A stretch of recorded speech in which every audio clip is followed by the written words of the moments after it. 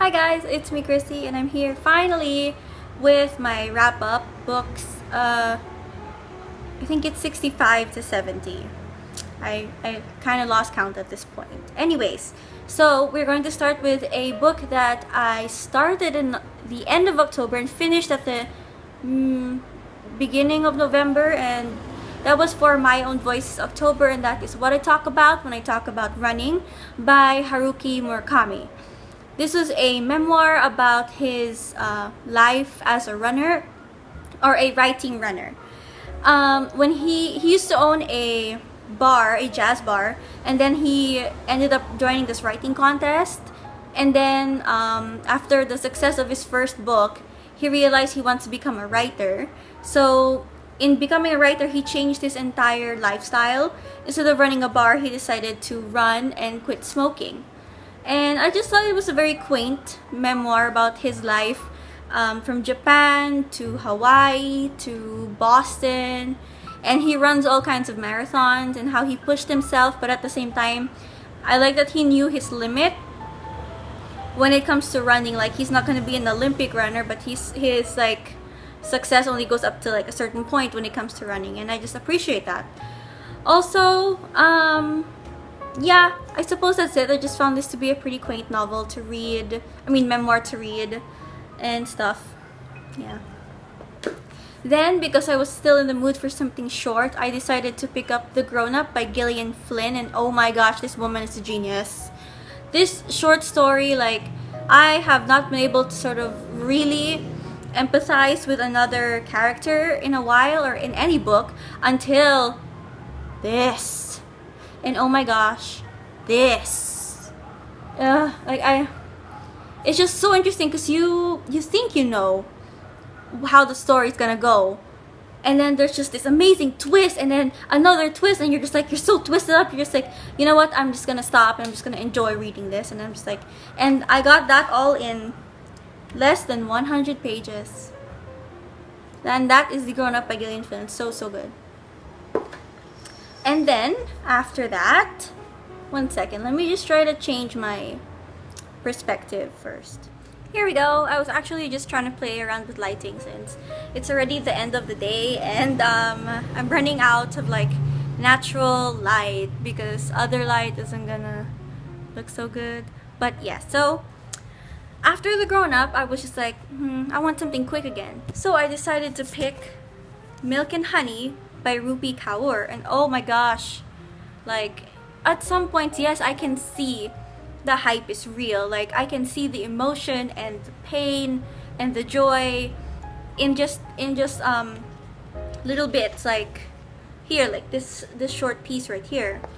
But I did remember hearing a booktuber going, she said, this isn't poetry, entirely poetry and prose, it's like statements. And I would have to agree, because some of it is just like, I think if there's one, it's just like one or two sentences, not even, and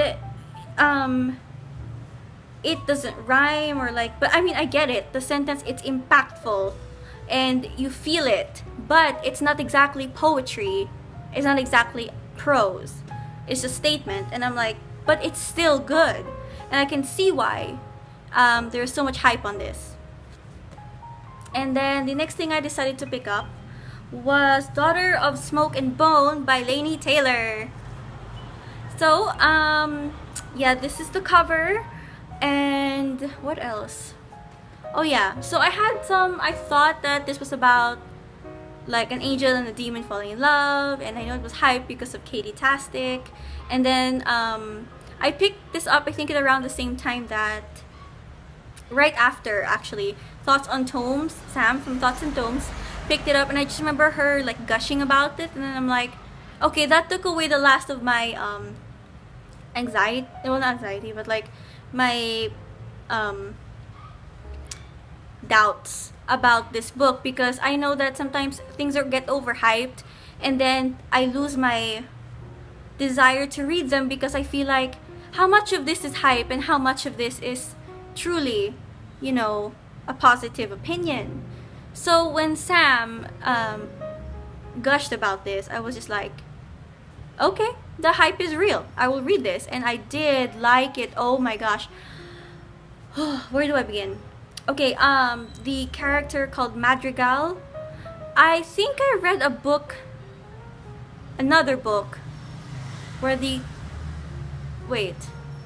Yeah, Madrigal here, and then there's a Madrigal in another book that I read, so I was like, I noticed that sometimes authors borrow character names from each other. I think that's really cute, because, you know, it shows like, I really like this character so much, I like their names, I'm gonna just put it in my book. So I think that's really cute, you know?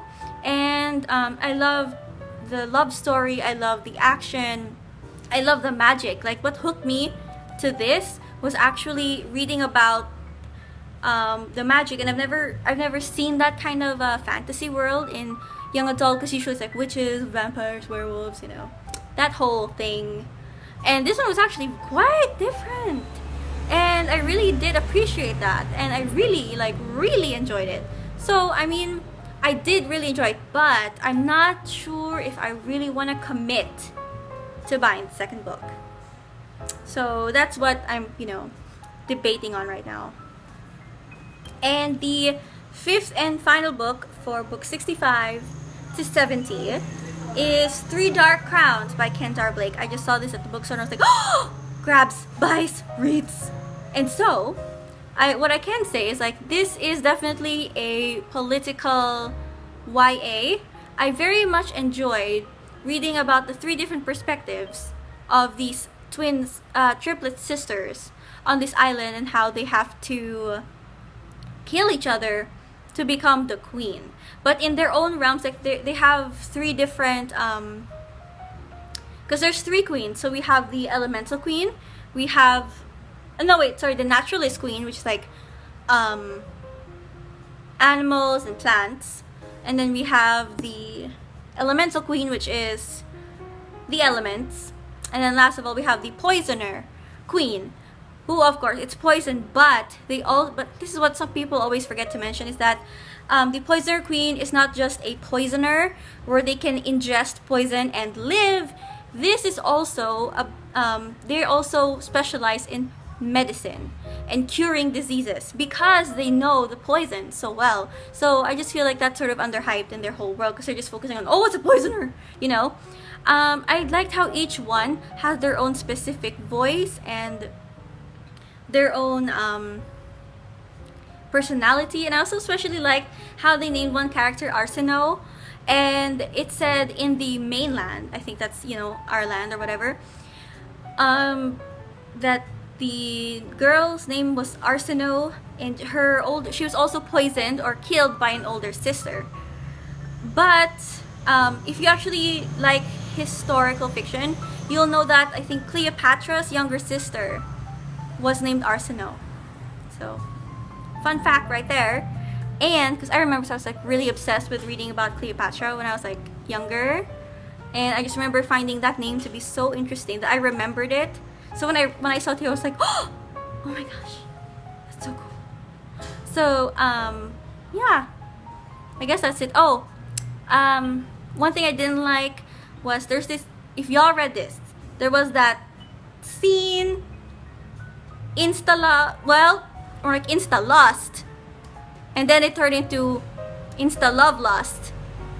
Yeah, that one. I wasn't really okay with that, because it just seems so, where did this come from? You know, it just so out of the blue. I couldn't really enjoy it. Not that I wanted to enjoy it, but I mean, like, you know, it's kind of shocking right there. Anyways, so that's it.